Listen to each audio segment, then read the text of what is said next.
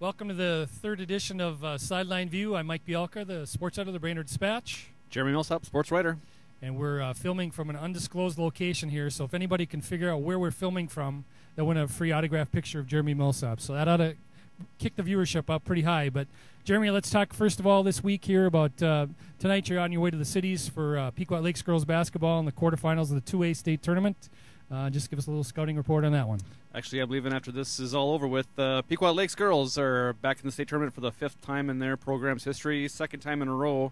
They're going up against Zembroda Mazeppa down in the southwestern part of Minnesota, I believe. I don't know where it is. Not too many people do, I guess.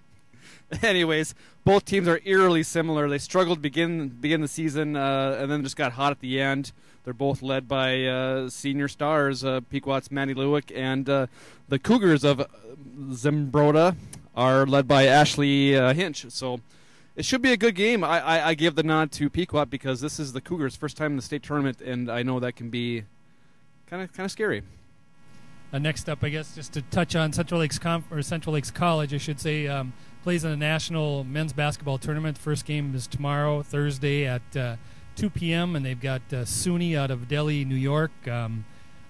CLC was there 4 years ago, so they're hoping to last time they were there, they lost 3 games by combined 16 points, so they're looking to improve on that. Maybe a little bit touch on here this week about the boys basketball season ended last night, which was Tuesday night. You were covering Crosby against Bagley. Just talk a little bit about that one, Jeremy. Crosby ran into Bagley. Crosby was the number 1 seed, Bagley the number 2. But Bagley was senior dominated, and they were just a lot stronger.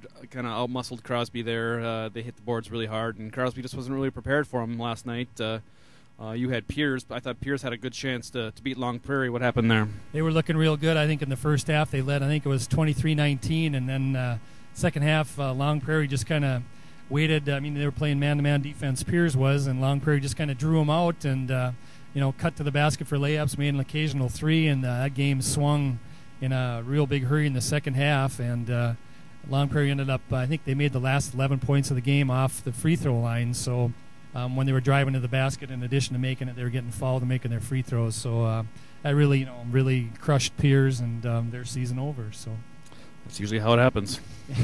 Next up, we have the floor hockey. Brainerd floor hockey team is in the state tournament this Friday. They open up against, I believe it's number 3 seed in the south is South Suburban, and Brainerd's been in the state tournament every year, so they've fared pretty well last year. They were second down there, so I think they maybe have a chance to.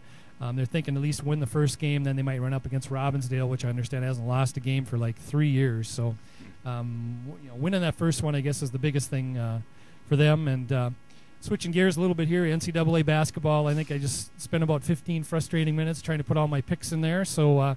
How are you picking your bracket? I'm going vanilla. I'm going Kentucky UNC in the finals, so Kentucky winning it. I know that's a big stretch, and it takes a lot of brains to figure that one out, but that's how I roll. I had Syracuse as of yesterday until I found out Fab Mello has been suspended for whatever reason, academic issues or whatever it is. So I'm going to go back to making the hard pick, too, and going Kentucky, I think, with that one. And so we'll see what happens. I know probably by about Friday I'll have about 50% or 75% wrong, so yep. Please don't anybody follow my lead for that contest. But don't follow us, but there is a Brainerd Dispatch You Pick 'em contest, so come on, join us, see if you can beat us. I'm sure you can, but let's prove it. So click on the website and come try and beat us. And we're also supposed to try and mention your Twitter account name is? Twitter account at Jeremy Millsop. Follow me tonight while I'm covering Pequot girls. And mine's Bert's Ballpark and it's Mike Bialka. So check us out when you get a chance. And I think we better let you hit to the cities. So that's about wrap it up for the third week here of Sideline View. So please join us again next week, hopefully. Thanks.